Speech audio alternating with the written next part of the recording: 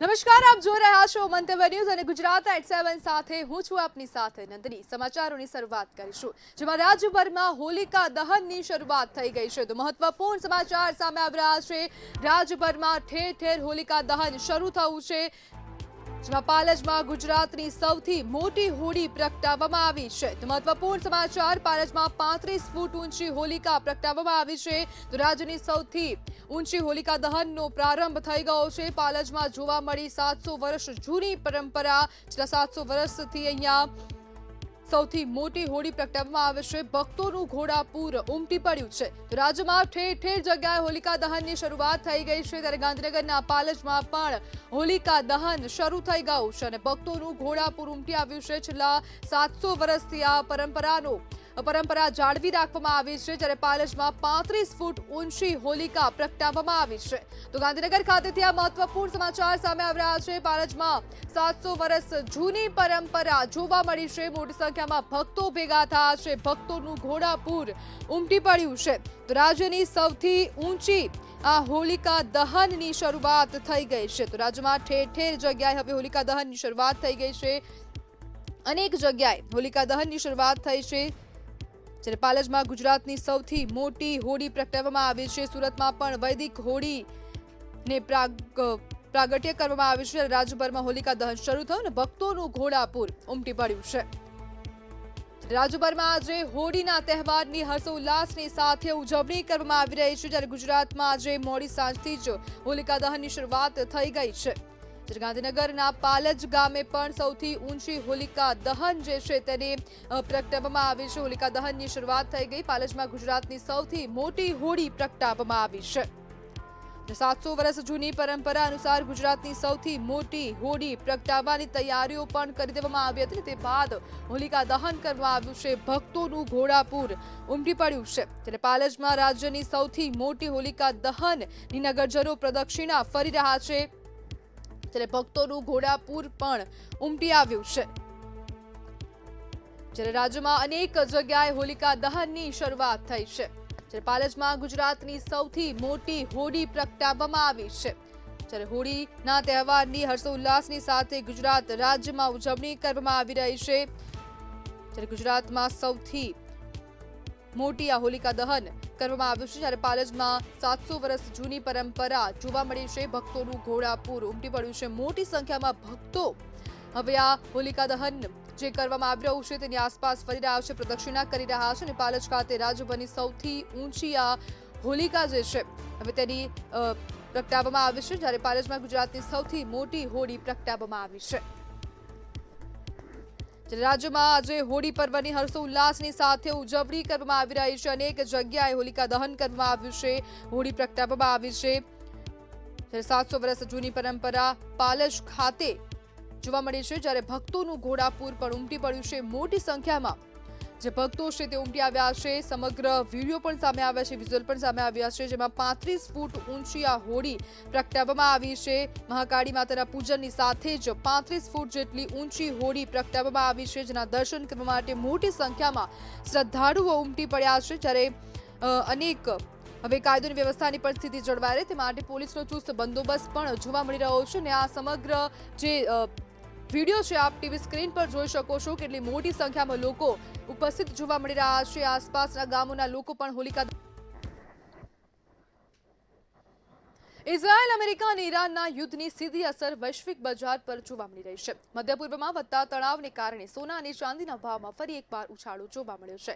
બજાર ખુલતાની સાથે સોનું ₹1,71,760ની આસપાસ પહોંચ્યું, જ્યારે ચાંદી ₹2,94,000 ને પાર પહોંચી છે। એક્સપર્ટનું કહેવું છે કે હજુ પણ સોના ચાંદીના ભાવમાં વધારો થશે।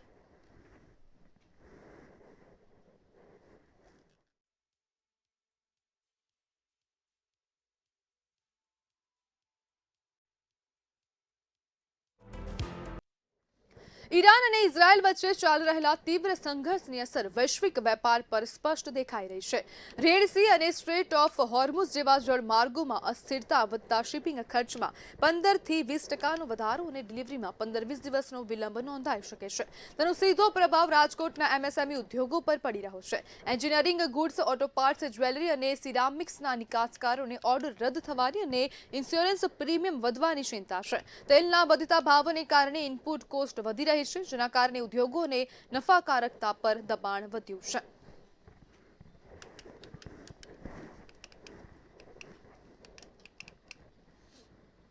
ઈરાન, અમેરિકા, ઇઝરાયલ વચ્ચે વધતા જીઓપોલિટિકલ તણાવની અસર ગુજરાતના ડ્રાયફ્રૂટ્સ બજારમાં સ્પષ્ટ દેખાવા લાગી છે. હોર્મુઝ સ્ટ્રેટ વિસ્તારમાં સર્જાયેલા શિપિંગ અવરોધને કારણે ભારતની આયાત પ્રક્રિયા ધીમી પડી છે, જેના પરિણામે અમદાવાદ સહિતના બજારોમાં છેલ્લા થોડા દિવસોમાં 20 થી 30% સુધીનો ભાવ વધારો નોંધાયો છે.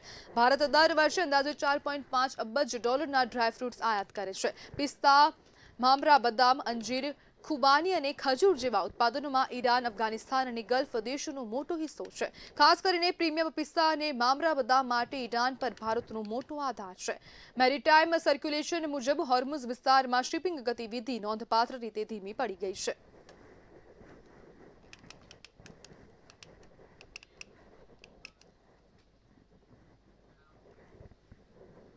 બોટાદના ગઢડામાં ચિંતાના વાદળો છવાયા છે, જ્યાં જોશી પરિવારના 2 સગા ભાઈઓ દુબઈમાં ફસાયા છે. ભાવિક અને ધવલ જોશી રોજગારી અર્થે દુબઈ ગયા હતા, પરંતુ મિડલ ઈસ્ટમાં વધતા તણાવની વચ્ચે તેઓ ત્યાં અટવાયા છે. જોકે રાહતની વાત એ છે કે બંને ભાઈઓ હાલ સુરક્ષિત છે અને વિડીયો કોલ દ્વારા પરિવારના સંપર્કમાં છે. પરિવાર હવે તેમના વતન પરત ફરવાની રાહ જોઈ રહ્યું છે.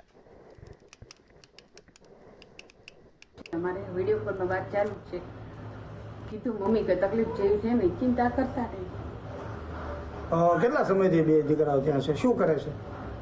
બંને દીકરા જોબ કરે છે ને એક 3 મહિનાથી છે ને એક 8 મહિના. ત્યાં ભયંકર યુદ્ધ ચાલુ રહ્યું છે. તમારા આખો દિવસમાં કેટલી વાર વાત થાય છે? ચાલુ જ છે, ઘડીએ ઘડીએ વિડીયો કોલ ચાલુ છે. ત્યાં એ સુરક્ષિત છે? હા, જોબ પર છે અત્યારે, કોઈ તકલીફ નથી. હા, અત્યારે મીના બજારમાં રહે છે, પ્રોપર દુબઈમાં જ તે, અને ત્યાં એટલું બધું કંઈ ટેન્શન જેવું છે નહીં, અને વિડીયો કોલમાં વાત શરૂ જ હોય છે અમારે. પણ અત્યારે આમ એકંદરે સમાચારોમાં પણ તમે જોતા હોય છો, ભયાનક યુદ્ધ ચાલે છે, મિસાઇલો ફેંકવામાં આવે છે, અને ત્યાં તમારા પતિ અને એમના ભાઈ બંને ત્યાં દુબઈમાં છે. હાલ આમ તમને કેવું લાગે? આમ લાગે છે કેવું મનમાં? ચિંતા કેવી? ટેન્શન થાય, પણ કોલમાં ને વિડીયો કોલમાં વાત કરીએ ને એટલે થોડુંક એટલું બધું ટેન્શન જેવું લાગતું નથી એમ. વાત કરવા એટલે દીકરા સાથે મારે વાત થઈ ગઈ કે અત્યારે પપ્પા કાંઈ ચિંતા કરવા જેવું અમારું નથી, પણ છતાંય મેં કીધું ભાઈ તમે તમારી સેફટી રાખજો. આજે ત્યાં ભયંકર યુદ્ધ ચાલે છે, પિતા તરીકે તમારા બંને દીકરા ત્યાં છે, આમ કેવું લાગે છે મનમાં? લાગણી થાય કે આપણે આટલા છતાંય ભગવાનની કૃપાથી બંને ત્યાં. અમેરિકા, ઇઝરાયલ અને ઈરાન વચ્ચે વધતા યુદ્ધ તણાવની અસર આજે ભારતીય શેર બજારમાં સ્પષ્ટ દેખાઈ. બીએસઈ સેન્સેક્સ 1100થી વધુ પોઈન્ટ તૂટીને 80,200 પર ટ્રેડ થયો, જ્યારે નિફ્ટી 50 પણ અંદાજે 300 પોઈન્ટ ઘટીને 24,850 પર પહોંચ્યો. જીઓપોલિટિકલ અનિશ્ચિતતા અને મોંઘવારીની ભીતિ વચ્ચે રોકાણકારોએ સોના, ચાંદી જેવા સુરક્ષિત વિકલ્પો તરફ વળતા વેચવાલી વધી છે. બ્રેન્ટ ક્રૂડ 10% ઉછળી $79 પ્રતિ બેરલ થયો છે, જેના કારણે એનર્જી અને ઓટો શેરોમાં દબાણ વધ્યું છે. નિષ્ણાંતો ચેતવે છે કે તણાવ વધે તો તેલ $120 સુધી જઈ શકે છે. પણ જેમ જેમ યુદ્ધની પરિસ્થિતિ આગળ વધતી ગઈ તેમ ખાડીના જે અન્ય દેશો છે ત્યાં સુધી પણ અત્યારે યુદ્ધ ફેલાઈ ચૂક્યું છે, અને તેને લઈ અને તેની મલ્ટિપલ નેગેટિવ ઇફેક્ટ દુનિયાભરના રાષ્ટ્રોની સાથે સાથે ભારતમાં પણ જોવા મળી રહી છે. આજે કારોબારી સપ્તાહના પ્રથમ દિવસે જોવા જઈએ તો ભારતીય શેરબજારની જે શરૂઆત છે તે ખૂબ જ નેગેટિવ કારોબાર સાથે થઈ હતી, અને એક સમયે જે સેન્સેક્સ છે તે લગભગ 1800-1900 પોઈન્ટના ઘટાડા સાથે ટ્રેડ કરતો હતો, અને બજાર બંધ થવાના અંતિમ 1 કલાક દરમિયાન એક હળવી રિકવરી પણ આજે ભારતીય કારોબારમાં જોવા મળી રહી છે. ત્યારબાદ જોવા જઈએ તો સોના અને ચાંદીના ભાવમાં પણ જબરજસ્ત વૃદ્ધિ થતી જોવા મળી છે, અને ભારત જેવી અર્થવ્યવસ્થાની જો વાત કરવા જઈએ તો આંતરરાષ્ટ્રીય લેવલે જે ક્રૂડના ભાવ $80 સુધી પહોંચી ચૂક્યા છે તે ટૂંકા ગાળે ખૂબ જ નકારાત્મક સમાચાર ગણી શકાય. સુરત અને તાપી જિલ્લાના પશુપાલકો માટે સારા સમાચાર સામે આવ્યા છે. સુમુલ ડેરી દ્વારા દૂધના ભાવમાં કિલોના ફેટે વધારો કરવામાં આવ્યો છે. પશુપાલકો માટે કિલો ફેટે દૂધના ભાવમાં વધારો કરાયો છે. સુરત અને તાપી જિલ્લાના 2.5 લાખ પશુપાલકોને વાર્ષિક 50 કરોડ રૂપિયાનો ફાયદો થશે. ગાયના દૂધના ભાવમાં કિલોના ફેટે ₹20 અને ભેંસના દૂધના ભાવમાં અરવલ્લીમાં કથિત નકલી દૂધના કાળા કારોબાર મુદ્દે કોંગ્રેસ દ્વારા અનોખો વિરોધ નોંધાયો. મોડાસામાં કોંગ્રેસના કાર્યકરો અને હોદ્દેદારોએ પ્રતિકાત્મક હોળી દહન કરીને નકલી દૂધ વિરુદ્ધ રોષ વ્યક્ત કર્યો. પૂર્વ ધારાસભ્ય સહિત આગેવાનોએ શહેરમાં પ્રદક્ષિણા કરી જનજાગૃતિ ફેલાવી. કોંગ્રેસના પ્રતિનિધિ મંડળે જિલ્લા કલેક્ટર અને સંભવિત અધિકારીઓને આવેદનપત્ર આપીને કડક કાર્યવાહી કરવાની માંગ કરી. નેતાઓએ ચેતવણી આપી કે જો નકલી દૂધના ધંધાની સામે તાત્કાલિક પગલાં નહીં લેવાય તો આવનારા દિવસોમાં વધુ ઉગ્ર આંદોલન હાથ ધરાશે.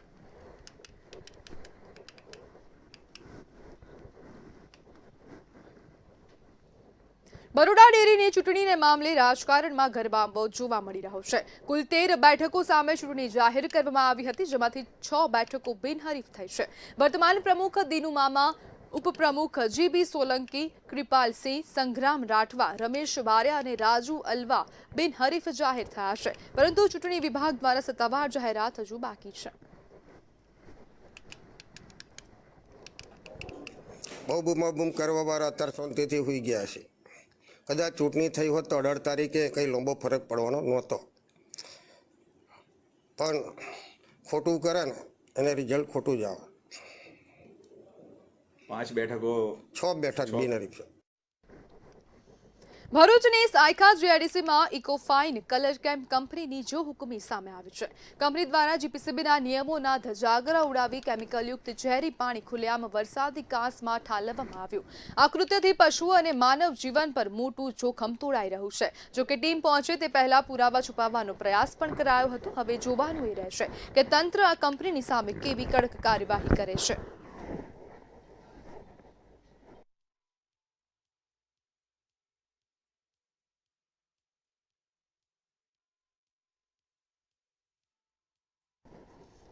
ભરૂચના આમોદ તાલુકાના ભીમપુરા ગામ પાસે નર્મદા નિગમની કેનાલમાં ગાબડું પડ્યું છે.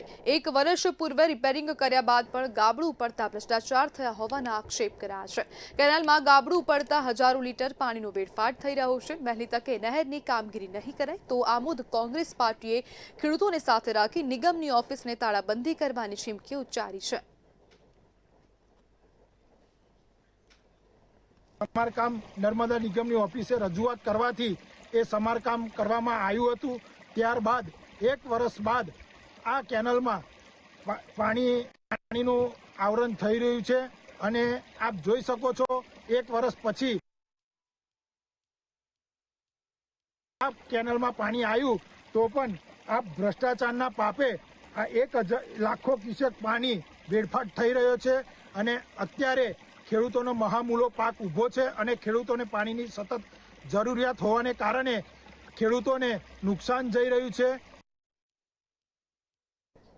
જૂનાગઢ મહાનગરપાલિકાએ આડેધડ ખોદકામ કરવામાં આવી રહ્યું છે. ત્યારે આ ખોદકામને લઈને જાંજોડા રોડ પરની સોસાયટીમાં ભર ઉનાળે ચોમાસા જેવી સ્થિતિ જોવા મળી રહી છે. રસ્તો બનાવવા માટે ખોદકામ કર્યા બાદ 10-12 દિવસથી કામ શરૂ કરાયું નથી, જેના કારણે લોકોને પીવાના પાણી માટે ખોદેલા રસ્તા વચ્ચે પાઇપ નાખી પાણી ભરવા મજબૂર બન્યા છે. જ્યારે આ અંગે મનપામાં રજૂઆત કરવા છતાં હજુ સુધી તેનું કોઈ નિરાકરણ ન આવતા સ્થાનિકોમાં ભારે રોષની લાગણી જોવા મળી છે. ત્યાં 3 વખત રોડ થયો છે, બરોબર, 3 વખત રોડ થયો છે અને 3 વખત એ લોકોએ અમારી લાઈનો ફિટ કરી દીધી છે અને આજ વખતે એમ કે છે કે હવે નિયમ ફરી ગયો. ભાઈ, એમ કેમ? તોડવા ટાઈમે તમારે મંજૂરી નથી લેવાની, અમારે લેવા ટાઈમે લેવાની. તો કમસે કમ અમને જાણ કરવી જોઈએ કે અમે આ રીતે કરવાના છીએ. નહીં જાણ નહીં કાંઈ, આવીને સીધા ખોદવા માંડ્યા. અત્યારે તકલીફમાં પેલા રોડની તકલીફ છે. અત્યારે આડેધડ રોડ ખોદી નાખ્યો છે એ, અને પેલા તે મેઇન દીપાલી પાર્ક 3 નો જે 4 ચોક આવે એ 4 ચોકમાં જ તોડી નાખ્યું છે. એટલે ત્યાંથી કોઈ વાહન, આ લોકોએ સમજવું જોઈએ કે એક રોડ કમ્પ્લીટ થાય તો પછી બીજો કરે તો માણસને આવવા જવામાં ઓછી તકલીફ પડે. આ તો 4 ચોક તોડી નાખ્યા એટલે બાળકોને વૃદ્ધોને અમારી બાજુમાં હવેલી છે તો એ બિચારામાં કેટલાય પડ્યા ને કેટલાય હાથ પગ ભાંગ્યા છે આમાં, તો આવતા બંધ થઈ ગયા બિચારા. એટલે હવે પેલો અમારા રોડનો પ્રશ્ન છે કે બને ત્યાં સુધી અમારો ઝડપથી રોડ થાય. બીજું પાણી, કે પાણી અમને લાઈનો, ભલે આ લોકો રોડ એકાદો આગો પાછો થઈ જાય, અમારી લાઈનો બધી છે એ તાત્કાલિક રિપેર કરાવે જે રોડના કામથી અત્યારે પ્રજાને જે હાલાકી પડે છે કે એકતા પાનવાડી શેરીની પાછળથી લઈને છેક સાંઈબાબાના મંદિર સુધી દરેક શેરીઓના રોડ એટલા ખોદી નાખેલા છે કે પબ્લિક કોઈ પણ રીતે અવર જવર કરી શકે એવી કન્ડિશન નથી. ઉપરાંત અમે અમારા વાહનો પણ રોડ ઉપર મૂકીને આવીએ છીએ. એ ઉપરાંત રોડની જે કન્ડિશન છે, જ્યારે પાણી આવે છે ત્યારે અંદરથી જમીનમાંથી ફુવારા નીકળતા હોય એવી કન્ડિશન થાય છે, જેથી કરીને બાળકોને અથવા વૃદ્ધોને જ્યારે નીકળવું હોય છે ત્યારે બહુ હાલાકી પડે છે. છેલ્લા 10 દિવસથી લગભગ કોર્પોરેશન વાળા આવી અને રોડ બધા ખોદી નાખ્યા છે આજુબાજુના. કે તમે અહીંયાથી અમારે જે 3 રસ્તા છે આજુબાજુના જવાના, એકતા પાનવાડી શેરીમાંથી કે સાંઈબાબાના મંદિરેથી કે ગૌશાળાવાળી શેરીમાંથી કોઈ પણ જગ્યાએથી ચાલીને આવી શકાય કન્ડિશન ને એટલા બધા આડેધડ રોડ ખોડી નાખ્યા છે કે કદાચ કોઈ ક્રિટિકલ કન્ડિશનમાં હોય તો એમ્બ્યુલન્સ પણ કે 108 પણ આવી શકે એવી નથી. સેકન્ડમાં પાણીની પાઇપલાઇન તોડી નાખી છે, એટલે પાણીનો પ્રશ્ન છેલ્લા 10 દિવસથી થઈ ગયો છે. સરકારી લાઈન તોડી નાખી છે, પ્રાઇવેટ લાઈન પણ તોડી નાખી છે, કે જે દિવાલ બરોબર લાઈન ચાલતી હતી એ પણ તોડી નાખી છે. એટલે અમારું બોરનું પાણી પણ બંધ થઈ ગયું છે અને કોર્પોરેશનનું પાણી પણ નથી આવતું. તેમજ રોડના ખોદાણને લીધે જે લાઈનો તૂટી છે ને એના લીધે રોડ ઉપર પાણી આવેલ હતું. લોકોની રજૂઆત આવતા જ તરત જ આજ વહેલી સવારે કોન્ટ્રાક્ટરને સૂચના આપી દીધી. અત્યારે હાલ સ્થળ ઉપર કામ ચાલુ થઈ ગયું છે.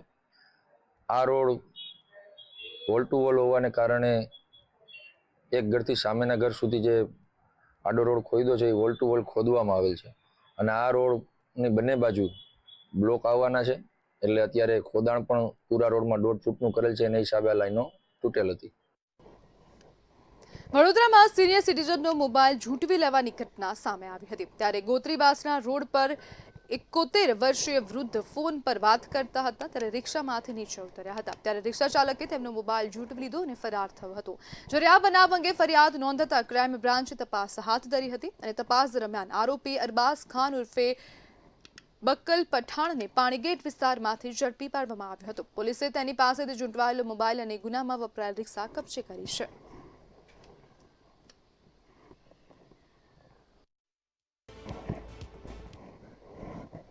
સમાચારમાં આગળ વાત કરું તો અમદાવાદ ખાતેથી સમાચાર સામે આવી રહ્યા છે.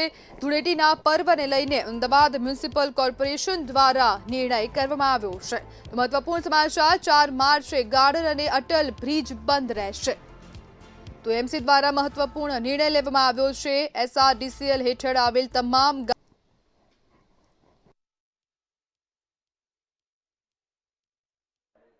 જિલ્લાના પોસ્ટ સિનિયર આગેવાનો સાથે બેઠક કરવામાં આવી હતી. આવનારી તાલુકા પંચાયત, જિલ્લા પંચાયત, નગરપાલિકાની ચૂંટણીઓ માટેની રણનીતિ કઈ રીતે નક્કી કરવી એના માટે વિસ્તૃત ચર્ચા કરી અને પૂરા માર્ગદર્શન સાથે એક તાલુકામાં કઈ રીતે જવું, એક નગરપાલિકાની અંદર કઈ રીતે જવું એ સૌ સિનિયર લીડરોના માર્ગદર્શન લઈ અને આગળની રણનીતિ નક્કી કરવામાં આવશે.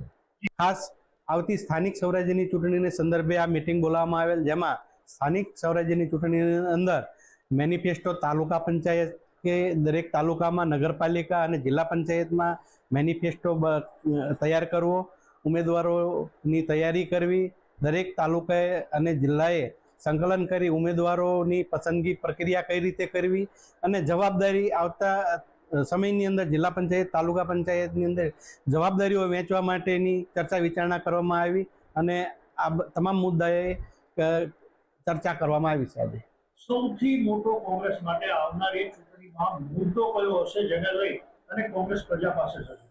મુદ્દા તો અસંખ્ય છે, જેમાં બેરોજગારી છે, ભ્રષ્ટાચાર છે, અણવહીવટ છે,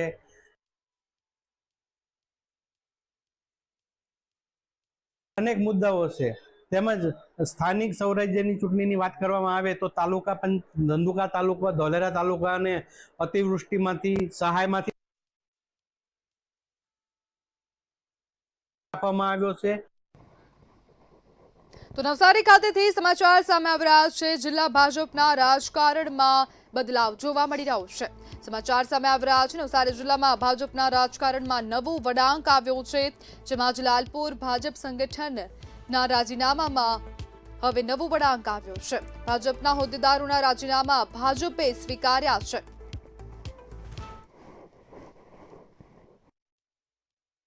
હોદ્દેદારો પદને લઈને થોડુંક અસંતોષ થયો હતો. અને પાર્ટીના ઘણા બધા કાર્યકર્તાઓ, સંગઠન ટીમ અને બીજા કાર્યકર્તાઓ, લગભગ 58 જેટલા કાર્યકર્તાઓ રાજીનામા આપ્યા હતા.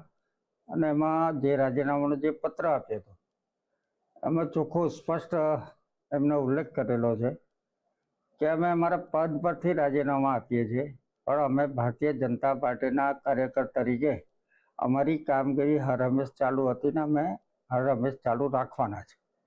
આ રાજીનામાનો આજે અમે સ્વીકાર કરીએ છીએ.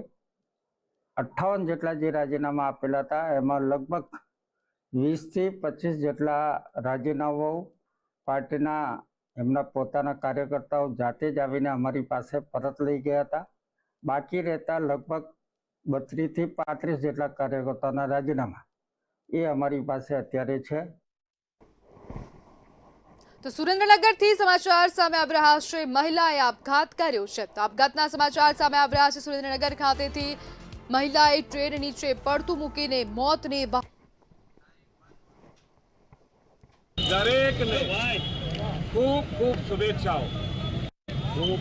આ તહેવાર અસત્ય ઉપર સત્યનો વિજયનો તહેવાર છે, રંગોનો તહેવાર છે.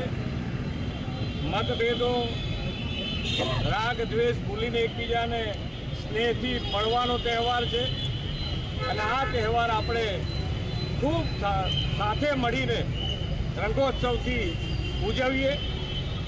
અને અહીંયા આગળ આજે જેને કહેવાય કે વૈદિક હોળી પ્રગટાવવામાં આવી છે. અને વૈદિક હોળી એટલા માટે કે ભાઈ આપણે બધાએ એન્વાયરમેન્ટનું પણ એટલું જ ધ્યાન રાખવા ઉપર ભાર મૂક્યો છે. બધા જ આ તરફ વળે એવી બધાને વિનંતી. તો ગુજરાત@7 માં હાલ બસ આટલું જ. વધુ માહિતી માટે જોતા રહો મંતવ્ય ન્યૂઝ. નમસ્કાર.